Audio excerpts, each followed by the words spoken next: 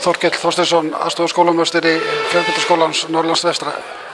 Ertu ekki ánægður með þetta málþing? Jú, ég mjög ánægður og þetta löngu tímabært að vekja ungt fólk til umhugsunar það sem í boði hér í Skagafirði og hvað þátttaka í æskulýðs- og ungmennastarfi hefur mikið að segja og skiptir miklu máli. Það mjög öflugt æskulýðs- og unglingastarf hér í Skagafirði á öllum sviðum, bæði íþróttum, björgunarsveitinni, húsi frítímans og víðar og við Skagafirðingar erum mjög stolt af því sem við höfum fram að fara fyrir ungt fólk og svona málþing til þess fallið að vekja á því athygli og vekja ungt fólk til umhugsunar og þáttöku og það jú tilgangur þessu þingi að fá ungt fólk til að taka þátt og vera virt í því starfi sem þeim býðst.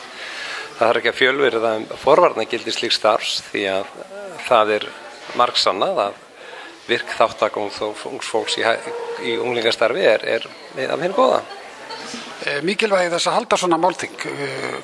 Telur það ekki vera þetta gott innlegg frá þeim aðilum sem halda málþingið? Það að sjálfsögðu helgar tilgangur með að og það eins og ég sagði að vekja fólk til umhugsunar ekki aðeins unglingana, heldur líka okkur fullorðna fólkið það að hvað hægt að gera, hvað verið að gera og það tvímælalaust mjög gott og þarft framtak að bjóða upp á þennan möguleika til þess að taka þessi mál og skoða þau og greiða þetta merkjar.